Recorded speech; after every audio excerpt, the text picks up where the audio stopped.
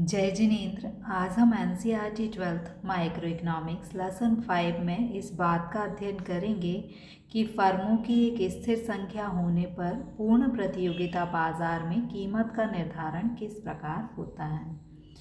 Answer question में से ही लिखेंगे कि फर्मों की एक स्थिर संख्या होने पर पूर्ण प्रतियोगिता बाजार में कीमत का निर्धारण उस बिंदु पर होता है। किस बिंदु पर होता है? ये जहाँ क्या होता है, मांग वक्र पूर्ति वक्र को काटता है। ये मांग वक्र और पूर्ति वक्र एक दूसरे को जिस बिंदु पर काटते हैं वहीं पर क्या होता है, कीमत निर्धारण हो जाता है।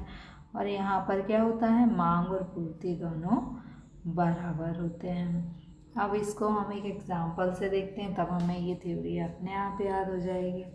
मान लीजिए कि आप बाजार गए, वस्तु की कीमत 2 रुपये है और 2 रुपये में आप 20 वस्तुएं खरीदना चाहते हैं और बेचने वाला 20 वस्तुएं बेचना चाहता है। अब कीमत यदि घटकर 1 रुपये हो जाए तो अब क्या होगा, आप ज़्यादा वस्तु खरीदना पसंद करेंगे या कम? ज़्यादा। अब यदि मान लीजिए कि आप बेचने वाले हैं, कीमत कम हो गई है, तो अब आप ज़्यादा बेचेंगे या कम? आप कम बेचेंगे क्योंकि कीमत कम है। आप यदि मान लीजिए कि कीमत बढ़ जाए, बढ़कर 3 रुपये हो गई, तो आप यदि खरीदने वाले हैं तो आपको लगेगा कि वस्तु महंगी हो गई, तो अब हम कम खरीदें, तो आप 10 ही वस्तुएं खरीदेंगे। कीमत बढ़ गई है तो विक्रेता को लगेगा कि अब कीमत ज़्यादा है तो मैं ज़्यादा बेच के ज़्यादा लाभ कमा लूँ, तो अब वो पूर्ति कितनी कर रहा है, 30। यानी मांग कम है और पूर्ति ज़्यादा है। इसी को हम चित्र में समझ लेते हैं। जैसे मान लीजिए डी मांग वक्र है, एसएस पूर्ति वक्र है, पी कीमत पर क्या है, साम्य है। यहाँ पर मांग और पूर्ति दोनों कैसी हैं, बराबर हैं। यानी पी कीमत मान लेते हैं कि 2 रुपये है, तब मांग और पूर्ति कितनी है, 20 है। यदि कीमत जो है बढ़कर P2 हो जाए, कीमत जो है 2 रुपये से बढ़कर 3 रुपये हो गई, बढ़ गई P2, तो क्या है, जब 2 रुपये से बढ़कर कीमत 3 रुपये हो गई तो आपको वस्तु महंगी लगी तो आपने कम खरीदी, यानी मांग कम हुई, और विक्रेता को लाभ ज़्यादा हुआ तो उसने ज़्यादा वस्तु बेची, यानी पूर्ति अधिक हुई। अब मांग कम है, यानी मांग कहाँ, जहाँ डी वक्र को काटेगी वहीं तक मांग है, तो P से ये डी वक्र ये हो गया, मांग केवल इतनी सी ही है। अब P से जहाँ तक SS वक्र को काटेगी वहाँ तक पूर्ति है, तो P2 पर पूर्ति कितनी है, ये S तक है। यानी मांग कम है और पूर्ति ज़्यादा है। तो चूँकि पूर्ति ज़्यादा है तो हम इसे क्या कहेंगे, अतिरिक्त पूर्ति की स्थिति कहेंगे।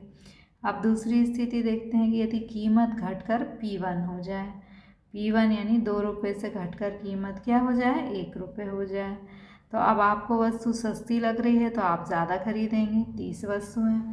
अब लेकिन विक्रेता को अभी लाभ ज़्यादा नहीं हो रहा है तो वो कम वस्तु बेचेगा, तो वो 10 वस्तुएं बेच रहा है, यानी मांग ज़्यादा है और पूर्ति कम है। P2 पर मांग कितनी है, मांग है इतनी, ये मांग वक्र को टच कर रहा है, जबकि पूर्ति कितनी है, पूर्ति केवल इतनी है, ये पूर्ति वक्र को टच कर, यानी मांग ज़्यादा है और पूर्ति कम है। तो इसे हम क्या कहेंगे, पूर्ति ज़्यादा है, इसलिए हम इसे कहेंगे अतिरिक्त पूर्ति की स्थिति। अब इस चित्र को एक सरल तरीके से भी बनाया जा सकता है और इसको याद करना भी इजी है। पहले तो आप क्या करेंगे, एक क्रॉस बना देंगे और ये हो गया 10 से D और S याद रखेंगे, 10 या DSP से DS याद रख लिया, D ऊपर लिखा है तो नीचे भी D लिख लिया, S जहाँ लिखा है तो उसके नीचे भी S लिख दिया, जहाँ ये E काटते हैं बराबर हैं तो यहाँ पर क्या हो गया, E।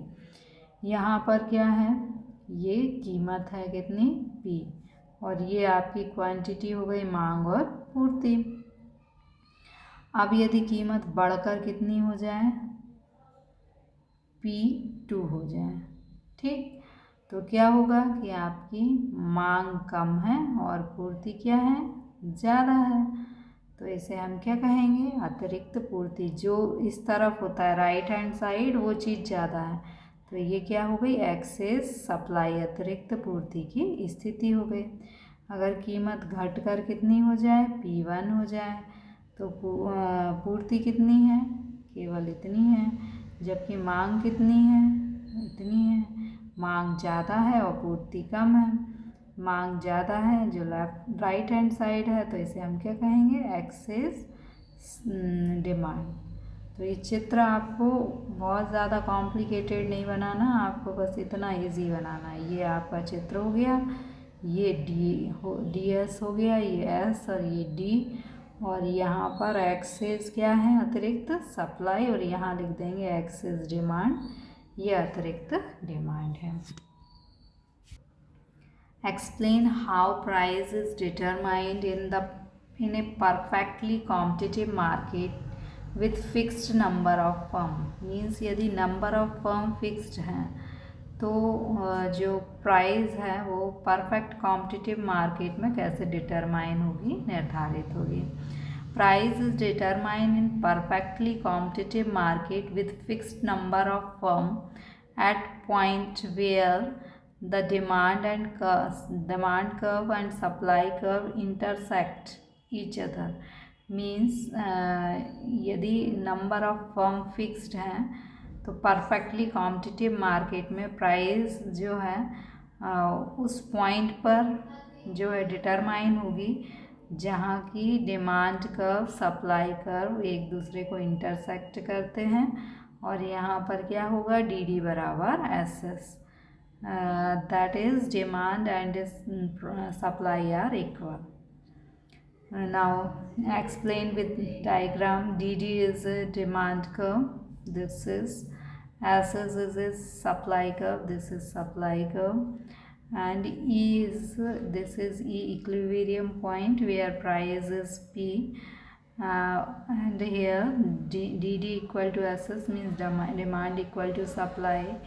if price increased by P2 then demand is here to here and supply is here to here, okay। demand is lower and supply is greater, so this is the situation of excess supply। if price decreases P1 then demand is here to here and supply is here to here, supply is lower and demand is greater, so this is the situation of excess demand, which is in right hand side it is excess, here right hand side supply, so here excess supply situation, here right hand side is demand, so here excess demand situation, okay। thank you।